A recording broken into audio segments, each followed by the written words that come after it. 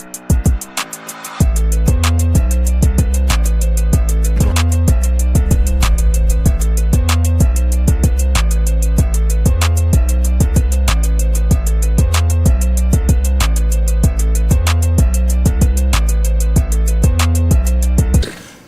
to another exciting episode of the Andre The Beast Crayton Show. I am now in the control center. But in studio, there are three extraordinary women.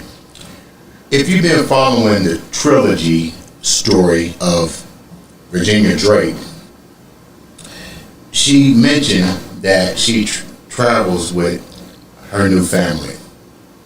If you believe the last episode, she had a vision when she met with the higher power, God, whatever you guys can interpret that as, where she wanted to come back and make a difference with her family. Unfortunately, that doesn't always pan out because we have our own journeys that we have to deal with, no matter how we look at it. During her transformation, she realized that she had been blessed with another type of family. And today on the show, these ladies are going to introduce themselves, and they're going to tell you who they are, and they're going to share how they met each other. And I'm going to come in with some questions as well to find out exactly just what message are they bringing to the world. Ladies and gentlemen, I'd like to welcome to the show. I'm gonna call them the Virginia Drake girls. You ladies, welcome to the show. You ladies, introduce yourself. The dynamic three. Okay, that's it. The dynamic three. That's even better. Let's start with Virginia and just give the names, you guys' name, and then we'll get into the question and answer and tell how you guys met and what you guys are currently doing today. Well, I am Virginia Drake.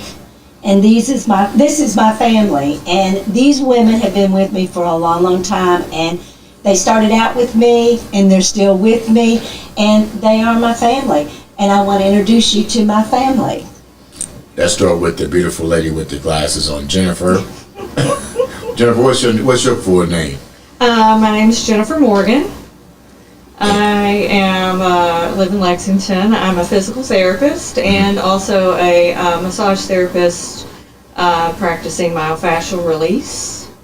And haven't quite started it yet, but I'm calling myself a stillness coach because I want to teach people how to have that inner stillness. Okay, and let's go over to Mary Pat. I'm Mary Pat Curran. I also live in Lexington. I'm a licensed massage therapist, and I'm also a personal coach. But I'm going to say that my personal coaching is a little bit more world of man personal coaching, but I do use my abilities with my myofascial release practice as well. Now, you guys are very close to Virginia. You guys don't call her Virginia. I guess I haven't been privileged to call her what you guys call her. What is it, Jeannie? Jenny with a G. Yeah, I'm like, okay, who is that? So how did you guys meet? How did this sisterhood form?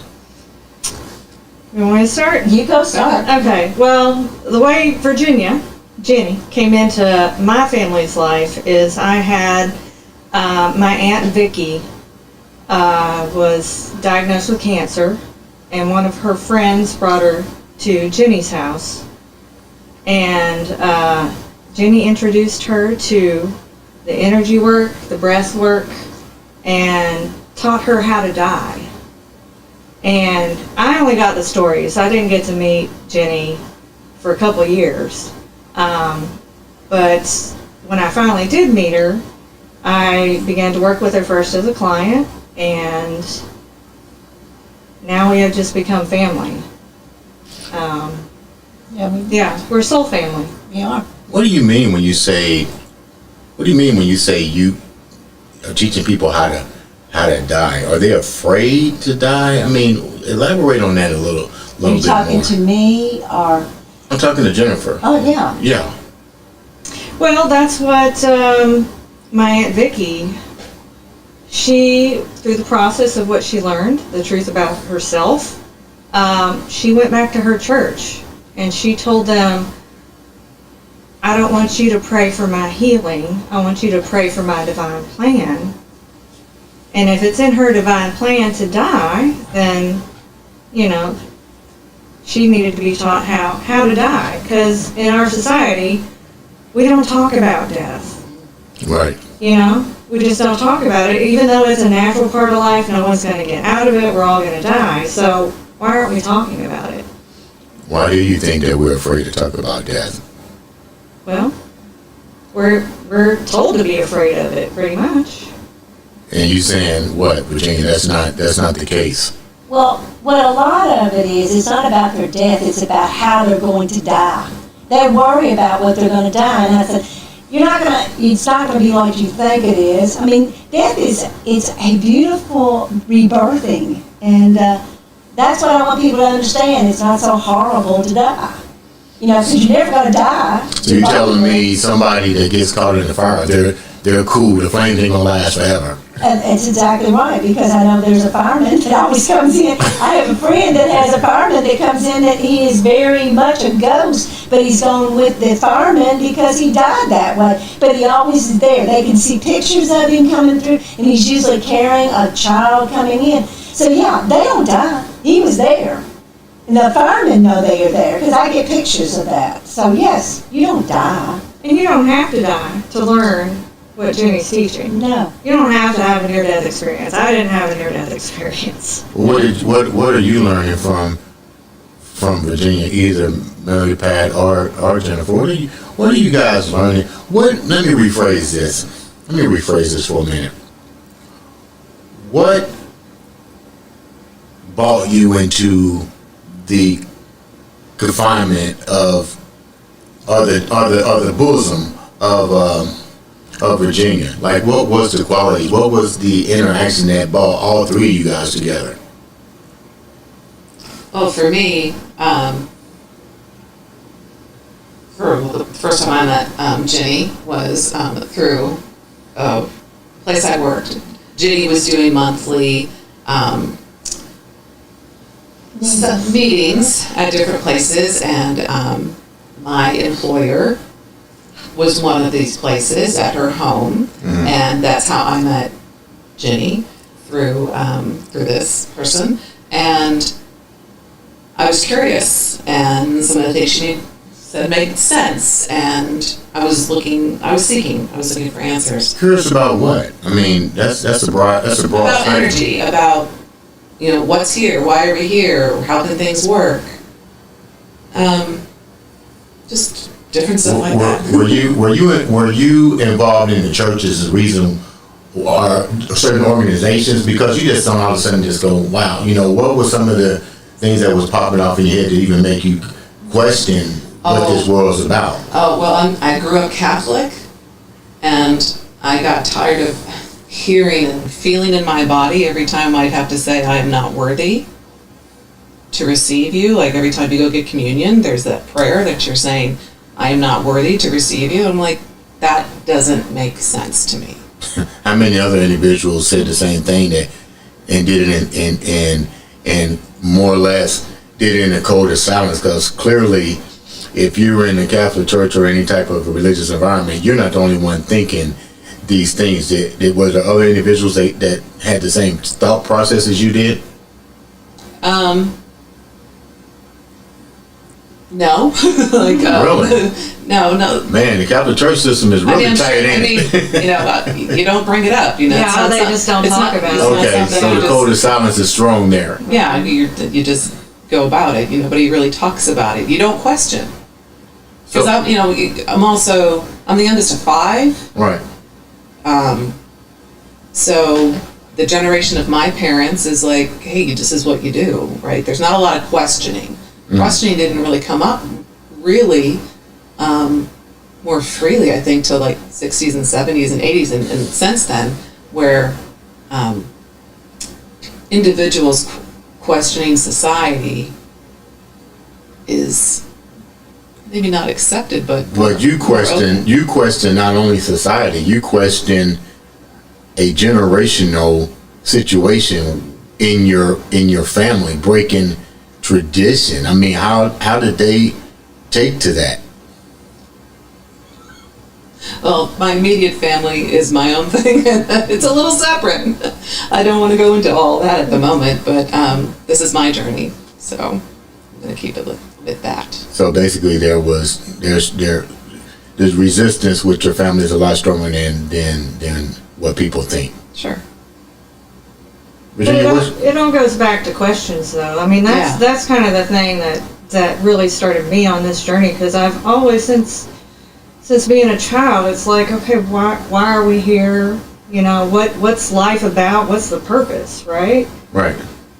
So you got to start asking questions. But I want you guys to understand something. You know, this is a safe environment. I mean, you know, the questions that I'm asking, I don't mean to be like unsympathetic, but and it goes back to Mary Pat. You know, I think the viewers really want to know, like, what was the consequences that.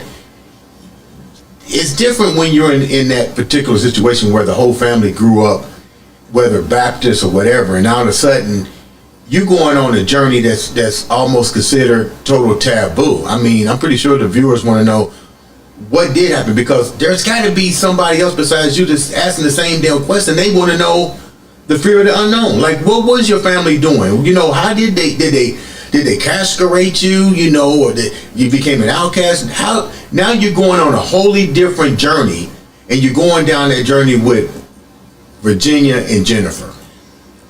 So. Did I make you mad by I said that? I didn't mean to. Well, it's okay. I mean, whatever. I guess, you know, I'm here. Tell the truth, right? So I haven't told the whole truth to the whole family. So, in my siblings, 4 of the 5 of us don't go to church now. Wow. And you have a priest in your family. And on my husband's side, there is a priest. Absolutely. How is that? Well, have you ever dealt with that? No. See, she hasn't really. You don't deal with that. Right. And that we've talked about this. This is what we had to look at, because we had a lot of talk about it, because her husband, all of us have talked about it. And I said, when it's time for him to find out what's going on, it probably will shock him. But who cares? Because it'll be that. And I don't have to convince anyone of anything. Yeah. So, if there's a thing where on my husband's side where we're going to church, I might choose not to go, and for some of them that's fine. If it happens to be a thing where my brother-in-law is performing it, we'll be there, possibly, and it depends. Mm-hmm. But Virginia, what's your take on the situation? You're their mentor, so to speak. You're the voice of reason. You've been through the near-death experience. You had your encounters with God. You had your encounters with Jesus. You wrestled with Satan. What's your message to her? How do you help her to navigate in a whole different arena that society views as not acceptable? Well, it's exactly what we're saying. They're not. I'm not their mentors anymore. I am their friend, and we talk as friends. And we've discussed it. And I said, you know, when the time comes, if it's meant to be, I said, I know you, Mary Pat, very well. She's just like me. She'll finally, whatever it needs to happen, it'll happen, but she knows to follow through in the higher consciousness. Doesn't matter if anybody gets it or not. It's all about you anyway. It doesn't matter. It only matters that you follow through what you came in here to do. And if they don't get it, that's not your problem. And that's what we've discussed. How many times we've gone through this? So I'm not their mentor anymore. They're my friend. I trust them. I trust them to the end, because they back me up. When I'm coming in something to do a workshop or something, I know they got my back. And explain that a little more in detail when you say they got your back, and when you travel to destinations to Marietta. I'll tell you exactly what happened. I love Bruce Lipton because he's a scientist. I was a scientist. I found out these great tickets in Marietta, Georgia. I said, oh my God, we can go. Now, these two are the ones who showed up. The other, I had 9 people going that day. They all backed out, but these two. And also, I had just came out of the 2019. I was paralyzed. I couldn't hardly walk. So I needed their strength, their ability. I trusted them. One would always be behind me. The other one would be in front of me. And I was shaky. But the best thing is they sat and watched all this that happened. We're sitting in, and I was, at that time, when we were going up there, 5 hours we were going up there, and I said, I really need an eye surgeon because I have a cataract, and I was going on like that. I don't even know if I'd even told them that yet. But I was sitting in, I think I had. We were sitting in a row, and I got the best seats, too. Man, I got the best seats. We were right in there, and I almost, because Mary Pat went on the very end of the row, and then it was Jennifer, and then it was me, and then this man next to me. But I wanted Mary Pat to basically go over there by the man because I didn't want to talk to anybody. Mm-hmm. And it didn't work. So I'm sitting there, and all of a sudden I hear from God, literally, that higher voice says, you need to talk to this man next to you. And I thought, I don't want to talk to that man next to me. Why? I'm here to see Bruce Lipton. And so it kept bugging me and bugging me and bugging me. Finally, I turned around and said, hi, how are you? And he said, hi. And he said, where'd y'all come from? I said, we were from Lexington, Kentucky. He said, you drove all the way here? And I said, oh, absolutely. I said, Bruce Lipton is the man. And then we started talking. He said, Lexington, Kentucky? He said, that is the weirdest thing. I have a cousin in Lexington, Kentucky. I said, oh, really? He said, yeah, I just went to Hawaii with him. He is an eye surgeon. Wow. And I went, can I get an appointment right now? And that's exactly when it happened.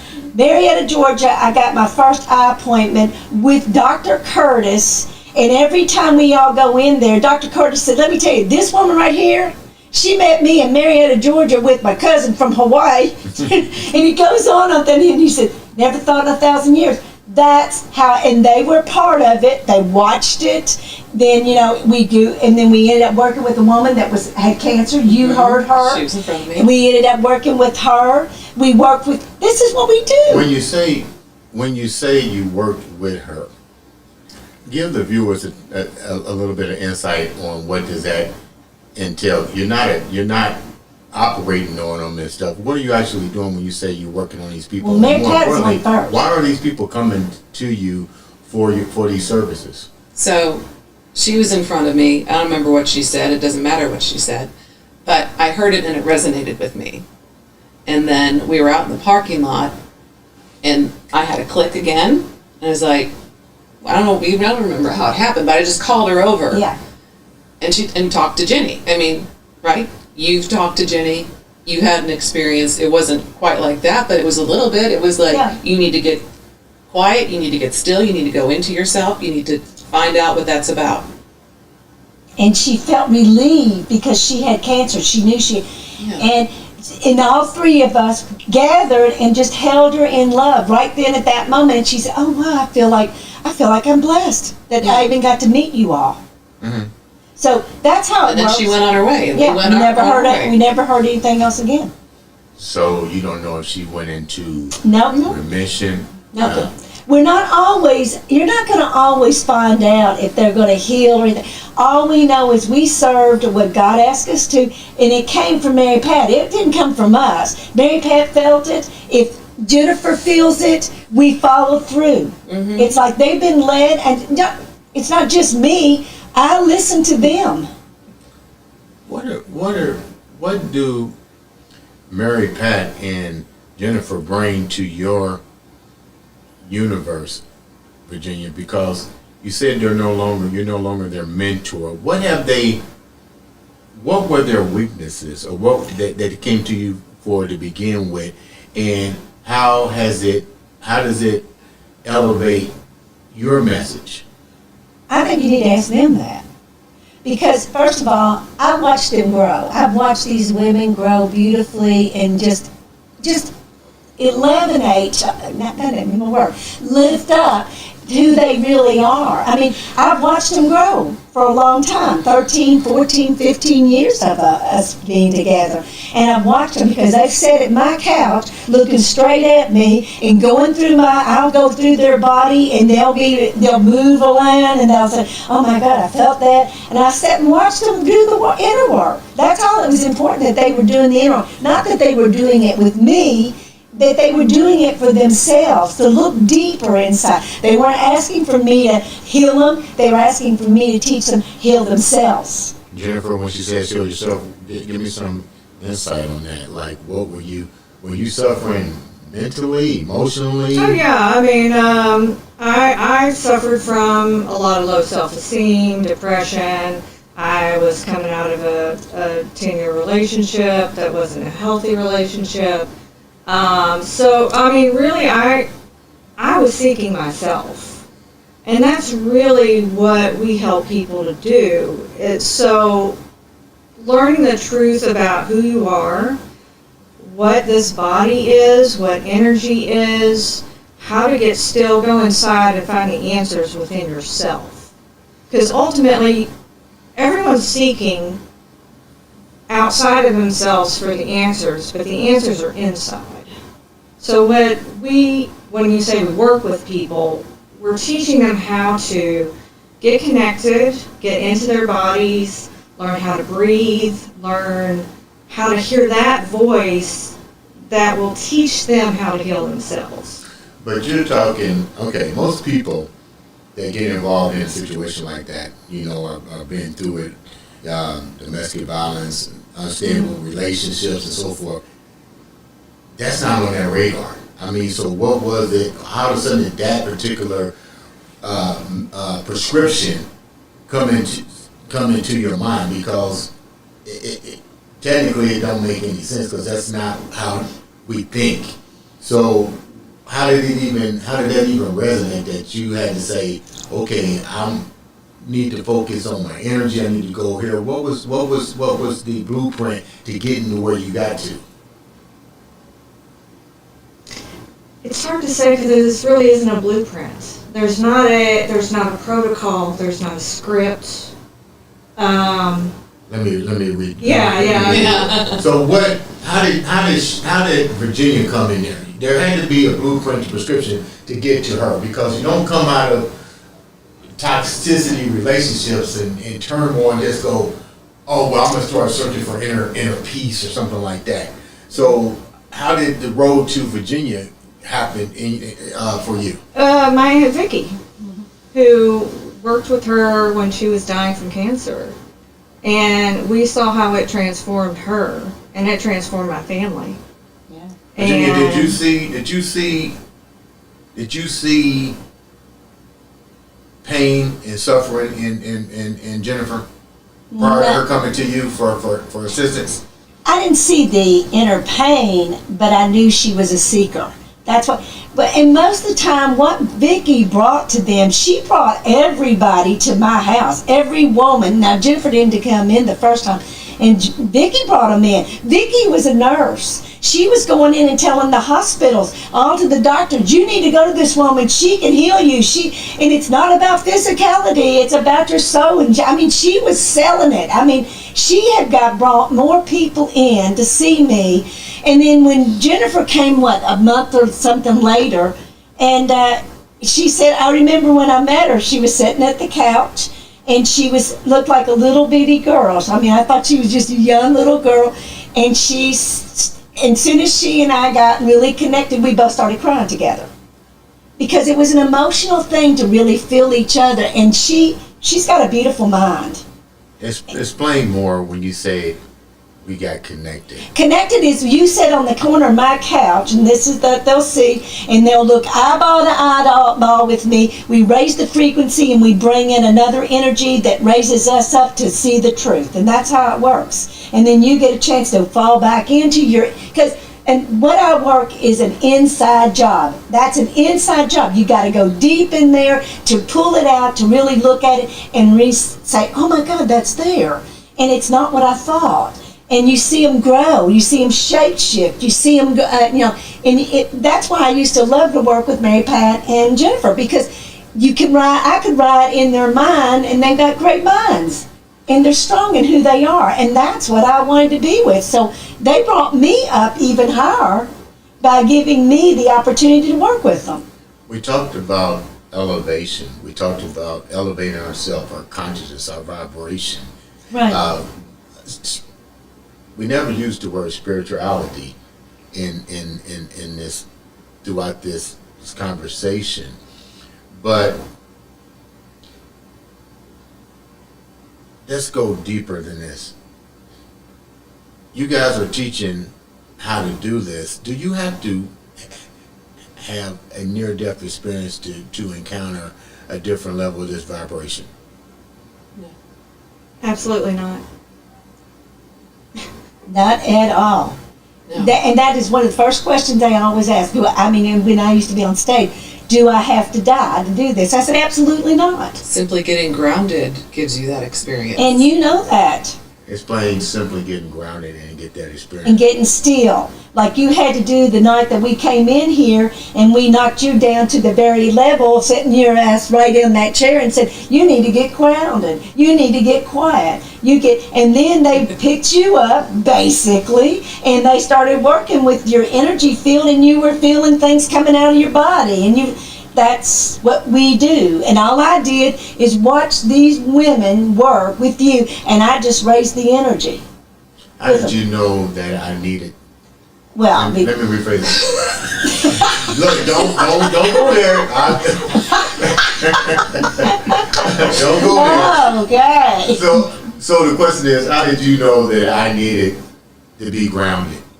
What was some of the one thing you talk about all the time? So what was some? They don't know me. Right. So I didn't know you either, but I recognize that you do something that I do very well, which is when we're together sometimes and we're in the energy, and I'm the one that like breaks it. I say something, I do something, whatever. I break the energy, and so I was sitting in the other chair over there. You were here, and you broke the energy. Yeah. Like we were in it, things were going, and then you said something, it just went, and that's why I came over and sat next to you, like, oh, you break the energy too. This will be great. But even before that, Jennifer and I both were like, wait a minute, let's go back. Looking at it. Let's go back a minute. What do you mean break the energy? What did I do something wrong when you say break No, the energy? it's nothing wrong. It's You're just just not aware. we're not aware, or it gets too much for us. Yeah. Like we're not able to like So we become keep it. overwhelmed. So it's just kind of like it's like, oh, I can't. That's too close. A little bit like those questions you were asking me, and you're like, okay, let's go. You recognize I didn't want to answer those questions. Oh, Kind of okay. like that, Okay. where it's just like there's something within us that's not ready Hold back. to sit still and to go deep. Uh-huh. So, but even before I got over there, Jennifer and I were looking at each other, and we both knew that you needed to be grounded because you One, two, you're sitting here. You're sitting I just thought here. Jennifer just didn't like me. I seen her rolling her eyeballs a lot through. as she No, was because sitting we're there. recognizing. We recognize it, And that you weren't grounded. something that I recognize is when people are talking really up here, and like their voice just gets higher, Yeah, right. and you can hear mine now how it's lower. Yeah. It's here, and probably if you go back and listen to a little bit earlier, my voice is probably higher. But I noticed your voice was really high. You weren't really in your body. It's just from practicing, we recognize it. Absolutely. You feel it immediately. Just like if you are a chef and you're really good at making something, and you go somewhere else and you can taste that it's off. It doesn't mean it's wrong. It's just I recognize this, and I know that it can be better. And to be connected, we all have to be in the ground of what we're doing, so we'll all flow together. There is an ebbing and flowing of energy. Think about it. When they pulled you up, you started jerking and moving because your body's trying to get it grounded, and they're assisting you grounding. All I'm doing is watching them do it, and I'm thinking they're really doing well. You know, as a teacher or a friend, I trust them to the nth degree. I knew that they weren't going to do anything to you but get you where you need to be. And it's good to watch it from a teacher point or a mentor point, to watch your students become adults and doing what they came to do. That's what they came in to do. And each one of them do totally different than what I do. Right. But we all gel when it comes together because we needed everybody's tone, their truth, their abilities to come together. Virginia, how did you learn how to do all this? Did this happen as a result of, the many near-death experiences that you got? Because you just don't, or is this a gift that we all have? We all have it, but how I had to do is I had to go down in my, same thing the girls were talking about. You have to face your own self. You have to look at the darkness of what you've done and not take it personal, but go in deeper to find out how you can open yourself up to be better. And then that's how they did the same thing. They might have to do different kind of understandings, but we all get to the same place. What are you trying to, what's your message to the people? Like, you're going on a crusade for truth. How acceptable is the mission with people? Are they gravitating to your message, or are we so conditioned with the matrix and the world of man that it falls on deaf ears? Well, I think that's why I'm sitting right here in Indianapolis with them, because there has been a change. There's been a shift. When you have a video, I gave them my email and my phone number.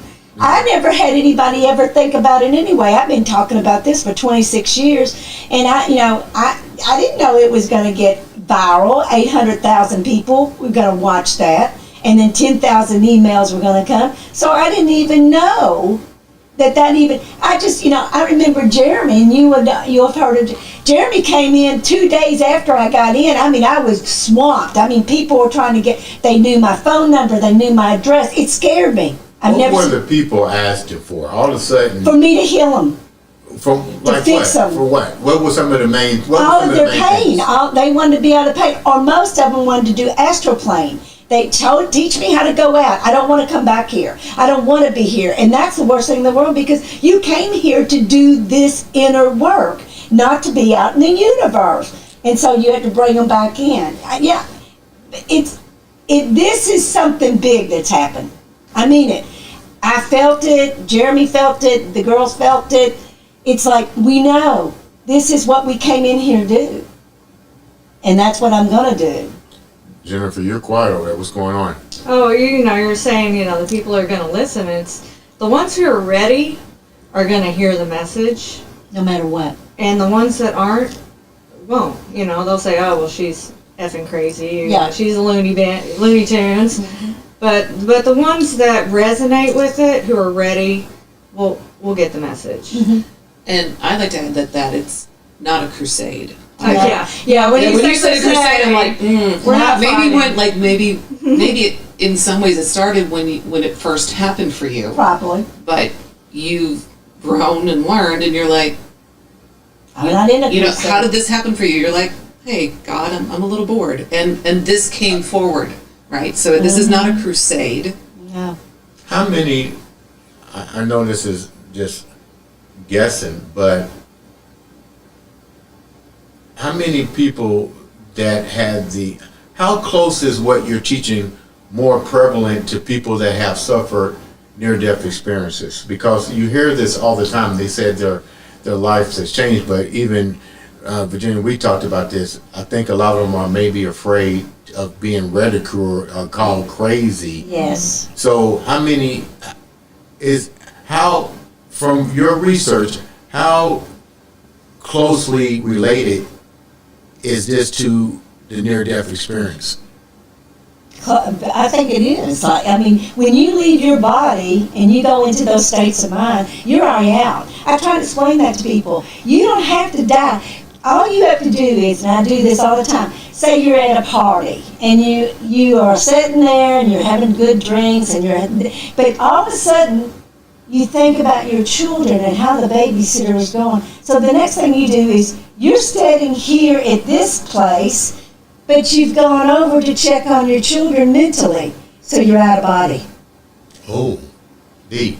Yeah, so, and then they don't even realize you're out of body, and then you'll have people, if they get startled or something at the party, and they'll bring them in, and they'll go, oh, I'm sorry, I wasn't listening. Well, because you weren't present, your body was there, Yep. but your mind was The somewhere heart else. is here with me, but your mind is on the other side Yes, of town. and kids Yeah. do it all the time. That's why I used to see it, especially in the spring, when my sixth graders, when all the kindergartners would go out and they would go out to play.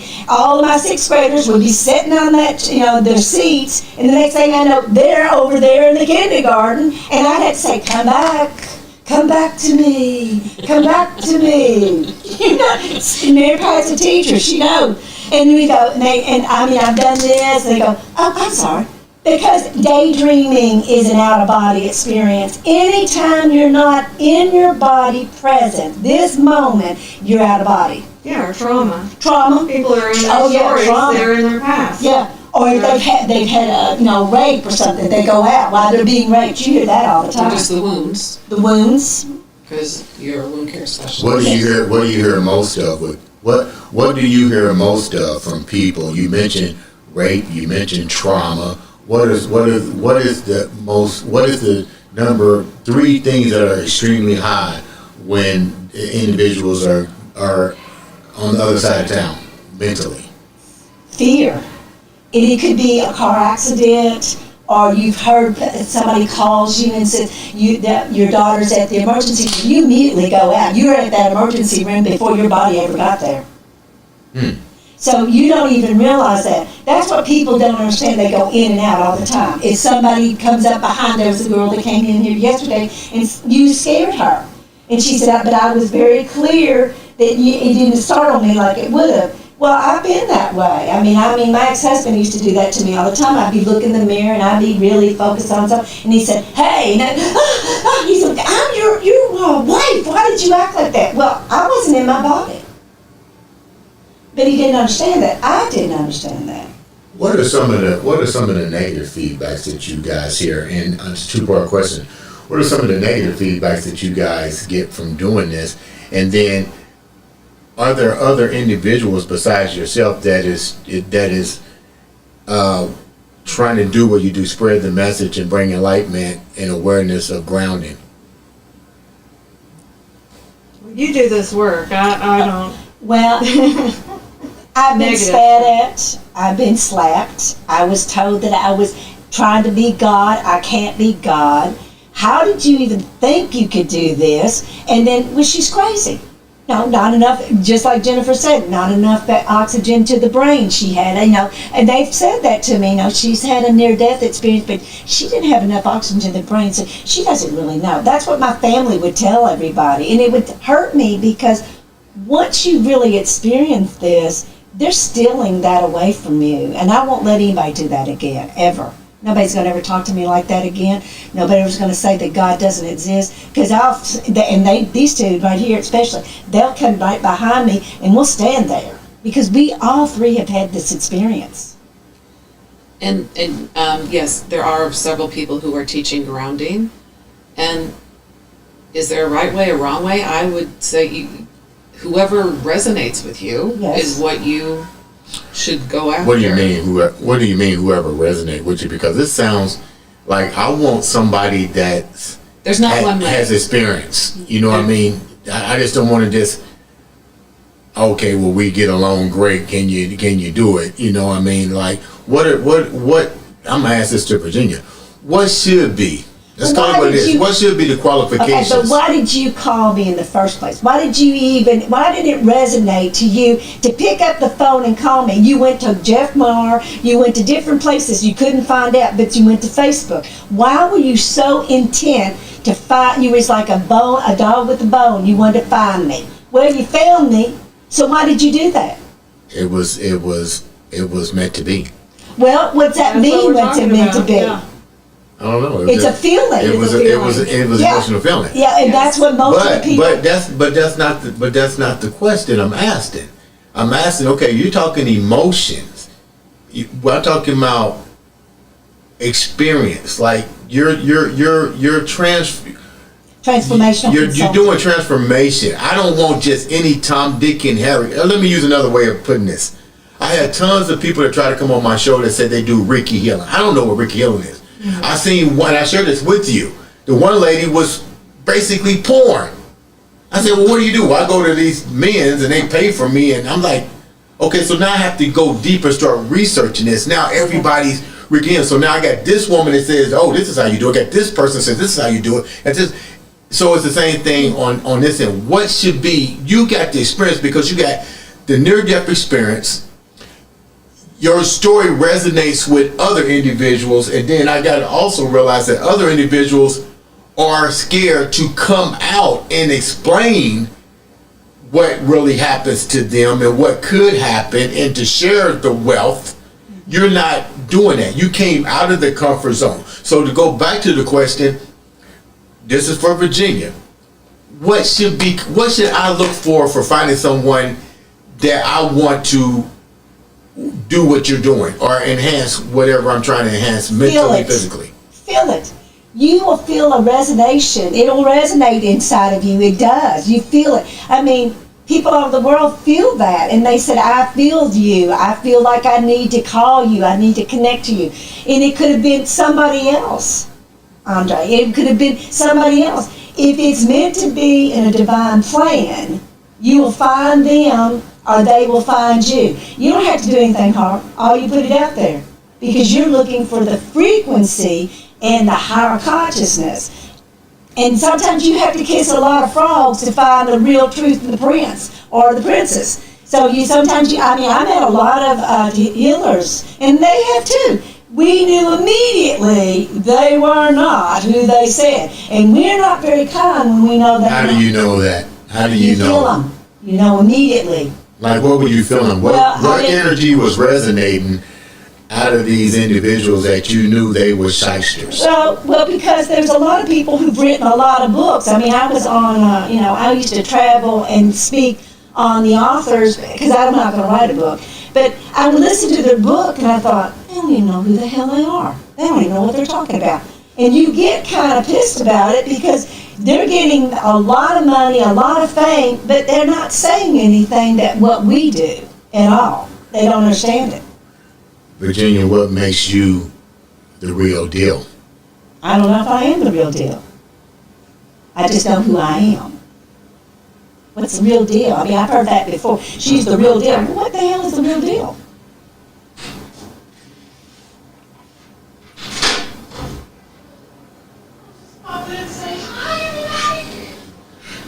So,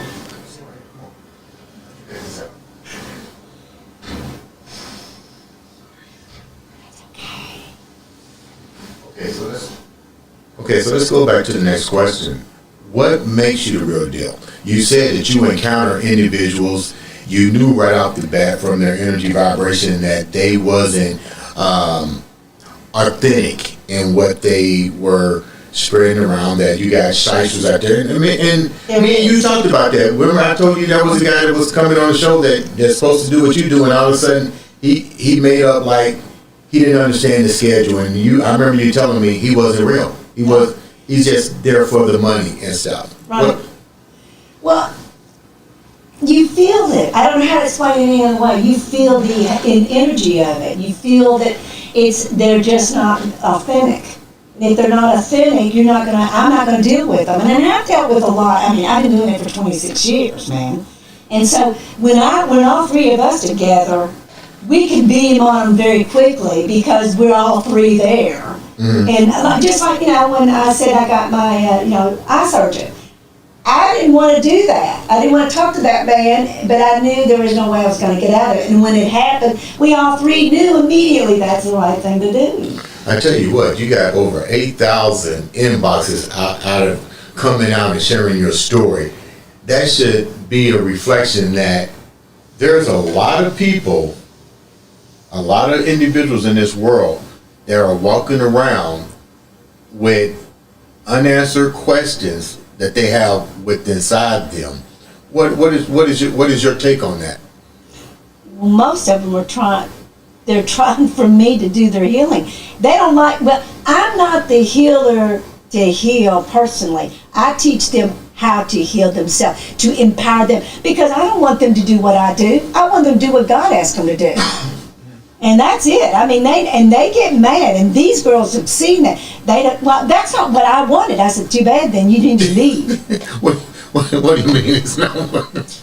What do you mean it's not? They tell you it's not what they wanted. Well, they tell you. Yeah, they come in with an expectation Expectation. that this is how it's going to work, and Yeah. Jenny's like, no, I'm not going to heal you. You got to do the work yourself. And I will not work with them, or if they think I'm better. I mean, I've had people who worshipped me. They thought, I said, oh, no, we're not doing that. I said, I'm not somebody to worship. I said, I mean, I've had people lay down in front of me and give me, oh, I mean, God, you help me and everything. I said, no, get up right now.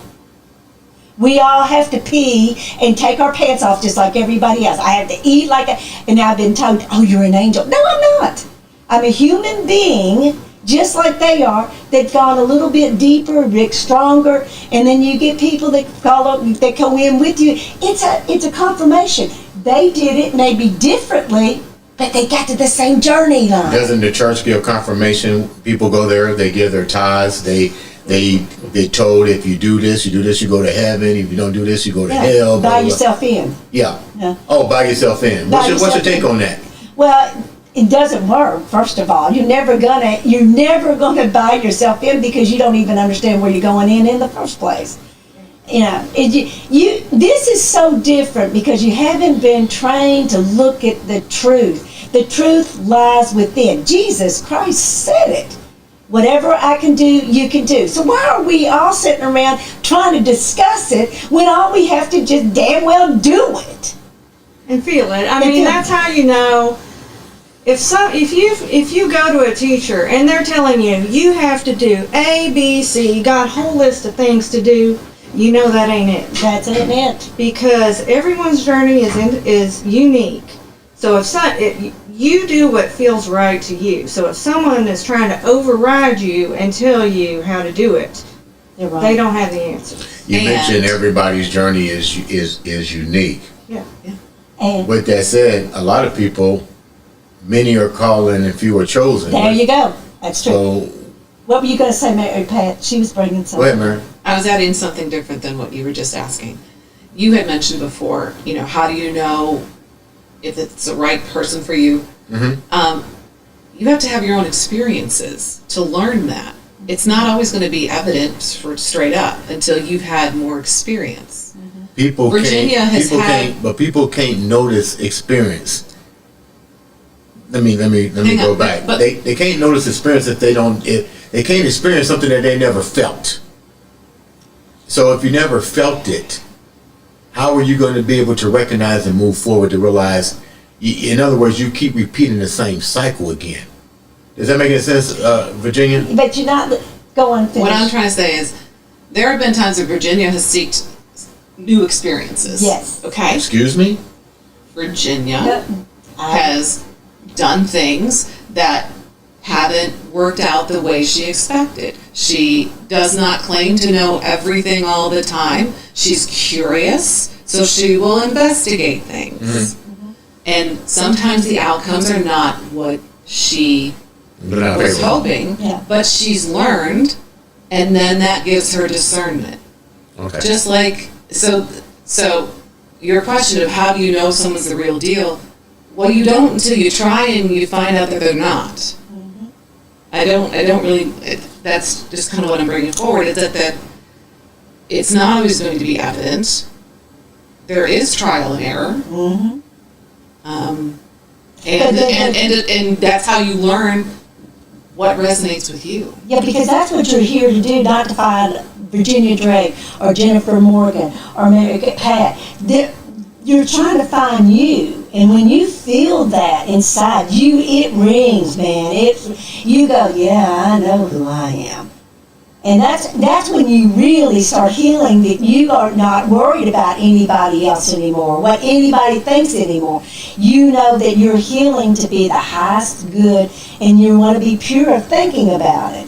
That's what I want. I don't want to play the game anymore. I want to fulfill what I came in here to do. And that's how it works. How do we know thyself, and the truth shall set you free? By being honest. Being really honest. I mean being honest, like don't sit there and try to fool yourself. You know exactly what the truth is, and I can tell you right now they know exactly what the truth is. When you go to it, they try not, and said, no, I'm going to go deal with that. You know exactly what the truth is. Go deeper. That's how they find out. It's deep dive, but it's the best thing you'll ever do in your life. I can guarantee you, it's the best thing you will ever do in your life. Before we wrap up, first of all, I'd say thanks for coming and being on the show and once again bringing enlightenment to the show. That's what we do here at the Andre The Beast Crayton Show. It's about education, empowering, enlightening, and not to judge individual stories. This is everybody's journey, like they just said. How can the viewers reach out to you guys and learn more about what's the word I'm trying to say? Grounding. Grounding, yeah. How do we get in contact with you guys? Well, you can go into my Divine Inheritance. That's my website. And then they have websites that they have you can reach them.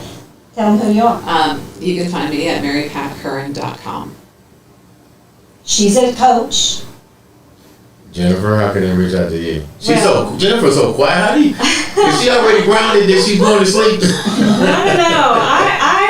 I'm not doing my own individual work, but I support Jenny and we work together. So she can call me in to consult if like someone needs some body work or table work. So Yes. Before we wrap up, I want each of you ladies to leave the viewers with an inspiration that can help them to understand the importance of knowing thyself. One of you go. well, like I told you, you already have what you're looking for. It's there with you all the time. You just gotta take the glasses off, wipe them off a little bit, and then clear all that stuff out, and you'll start to see the truth. Mary Pat. Mine, I guess, would be start doing mirror work. Yeah. Stand in front of the mirror, see yourself, ground, and just experience what happens next. And what I would say is get excited. Be aware. And it's a journey. It's a beautiful thing. Stop being worried about things. Just take a leap. Do it. Ladies and gentlemen, this has been another exciting episode of the Andre The Beast Crayton Show.